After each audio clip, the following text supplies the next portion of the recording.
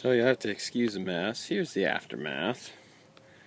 Started to go through them, get them hung up. Got to get them all washed off. There's what we haven't gone through yet. Stakes that need straightened out. And colony traps, and conibears, footholds, muskrat traps, beaver traps. Just the aftermath. Take us a while. Gotta go through and redo all the snares, cut up junk, make new ones. Have to really excuse the mess in here. There's a possum I caught. We're gonna send that off to Moyles, get it tanned. Tan it up 3 muskrats there. Really like this stuff, guys. Real simple to use, makes nice tan. This here, I tore out a shelving unit that was here, and we're going to build ourselves a flesh and fur working table in that corner, and then just have more room in here so I can use my table saw.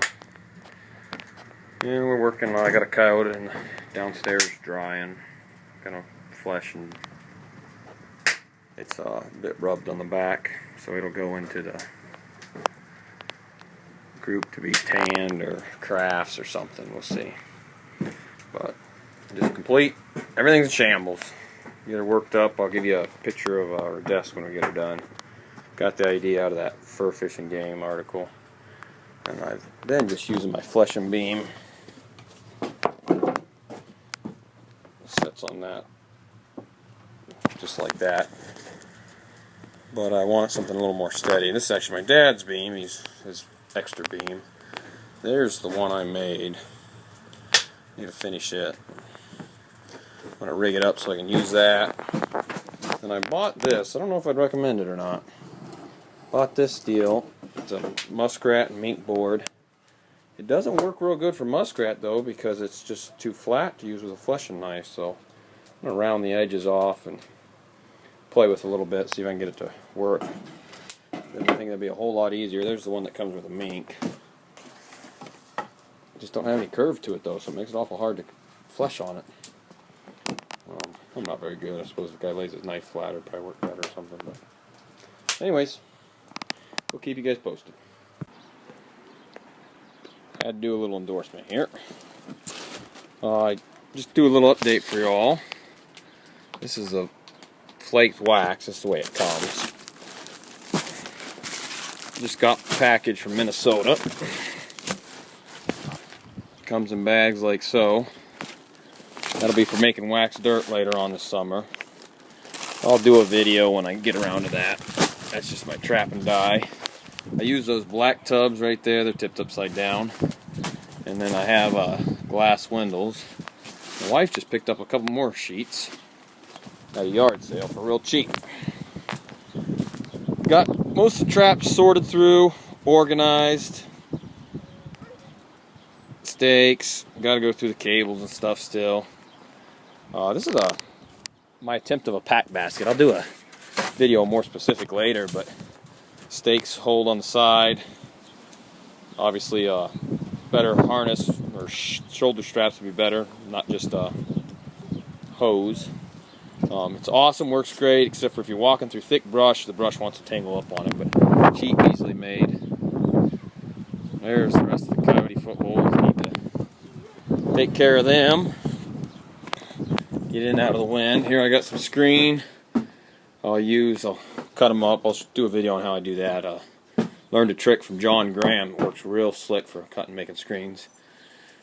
And then here's the evidence of the trap in order. I bought some muskrat boards. I'm going to start putting muskrat on boards. This is a new one here. I sure like the way these look.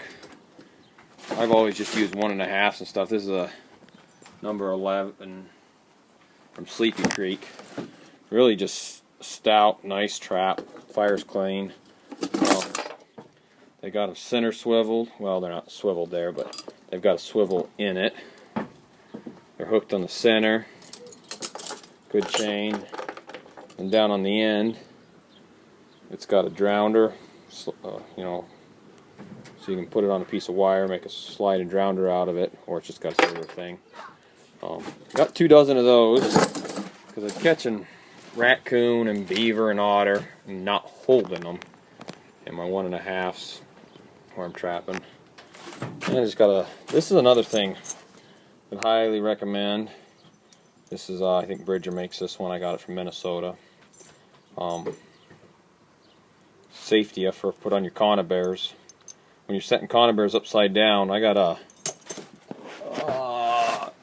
some Belize. I really like them because the safeties stay put, but sometimes you got to take the safeties off just to get them set when you're setting them upside down. So that works great. These are a pair of cage. We're making colony traps. You put these on a thing of wire, make colony traps. I'll do a video on how I can do that fairly easy. This one's a new one for me, trying. My dad used these last year. He really liked them. So, this is one of the reasons I love ordering from Minnesota. Aside from that, all that wax outside, boxes of traps, all that stuff shipped for $20. Can't beat that. But they always include a free gift. And here's my free gift. The number 3 Bridger, Montana. Dogless. And I really, really like the way these traps look. So, here's my Montanas. Montana Dogless traps. I've got, I don't know, 15, 16 dozen now. I picked up another dozen. I always try and grab a dozen because I always lose some. I got these from Minnesota just because I'm ordering everything from them. They're $7 cheaper if you buy them from John Graham, but I really like them. And the whole thing with the Dogless trap, I know everybody, traps a big debate, but this trap, the way this pivots out here, it pivots out here at the end, right here. So everything inside this trap is live kill area. So I put a screen on here to keep dirt from getting under there. But if the coyote comes and steps here, pushes down on the screen and fires a trap. If the coyote comes and steps right here, it fires a trap. Just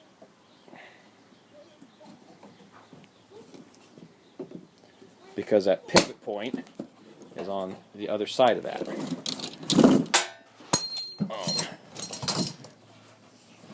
So, I'm a big fan of Dogless traps. That being said, Bridger, as far as I know, they've got about the biggest jaw spread on the market.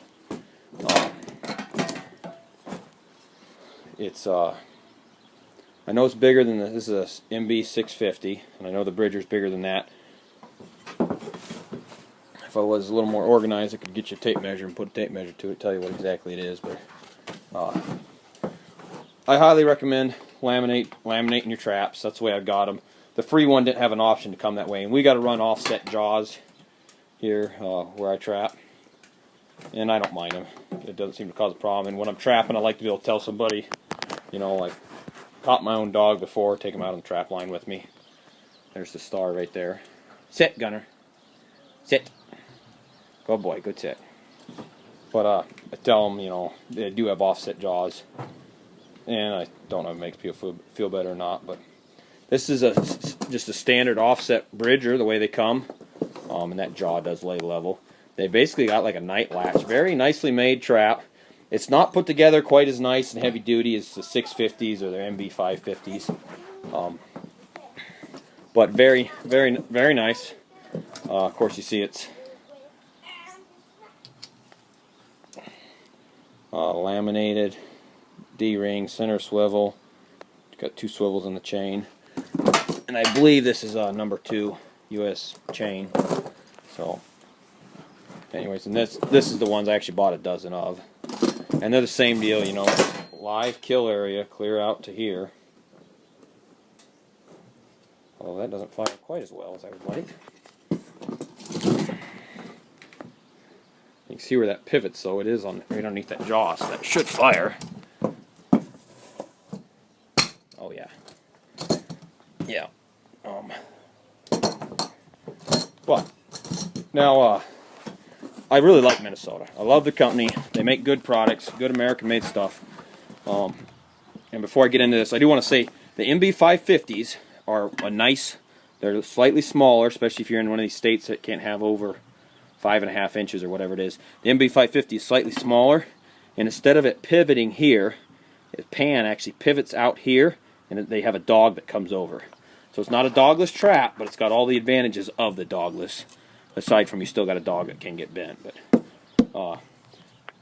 on my Montanas here, once in a while, the trap, this pan here could get bent, and sometimes I just gotta grab it by it.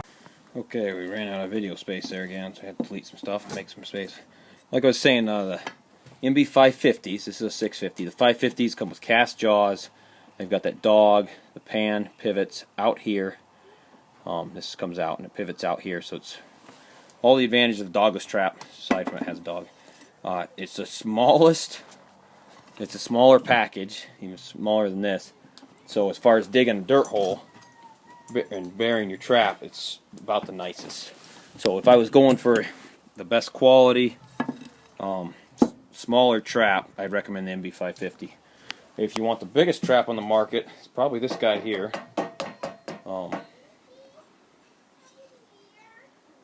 And these have been what I've been running, and I won't go away from them just because they work so good for me. Out of all of them, they almost maybe look the crudest. I'm telling you, they work. Catch a lot of coyotes with them. No fuss, no problems.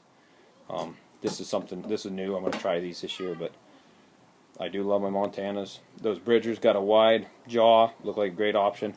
As big as this pan is, I'm not sure how my screen will work here. I don't want to have to cut two different sizes screens. A guy could try polyfill underneath them, would probably work okay, but I like to have that big kill area that I get with my screen, so I don't know, we'll just play around with that. But so back to, it ain't just the MB650s, it's just about every other trap out there on the market. They've got this kind of setup, and they pivot there. So when your coyote steps here, obviously nothing happens. When he steps here, unless he's a horse, he's not going to fire the trap. So you get out here and you've only got from here over as a kill area. So it really makes that narrow, and that's why I like these traps. I've caught stuff with them. I use them without a screen, just polyfill. I've used them with nothing. But after running these, well, I'll just say this is the first dozen traps I bought were these, because my dad had the 650s and cast jaws. My dad's running the MB550s now. He's also got some KB, I forget what they are, but KB traps. They're real good, but they're expensive. Come with a shock thing already in the chain and everything. But he's running the 550s and those KB now. Like I said, I run Montanas. I love them. These I get out as a last. When I run out all my other traps and don't have anything else waxed and dyed, I break out this dozen. They're nicely made. They're strong, but overall, I'd recommend a dogless trap or that MB550. Enough of that. One other thing, I got a dozen Bridger 150s, and these are these Brookshire stabilizers. Dad, you have a fire going? No, I don't. Brookshire stabilizers, and all you do is you take and grind off that rivet right there, stick that on there, and they come with bolts in there, and you just put that bolt on there and you're done, and you've got them on there. Then your conifer just sticks in the ground. All you're supported. So. Also, one thing I want to say, they don't really specify, they just say large bag. If you buy the wool from Minnesota, that's the size bag you get there. So, and I'll do a separate video on baits and lures and stuff. But I had to get me a new pair of waders or hip boots, and I love these Atlas gauntlets. They don't go. I mean, they come up to your mid bicep, and then they have a tendency to want to fall down a little bit. But they've got this whatever bungee in there, so they grip around it. They don't fall down real bad, and they're easy on and off. You got excellent dexterity in these gloves, so I like them. Alright, just a little update. The trapping shed's still in shambles, but we'll get her put back together. Talk to you guys later.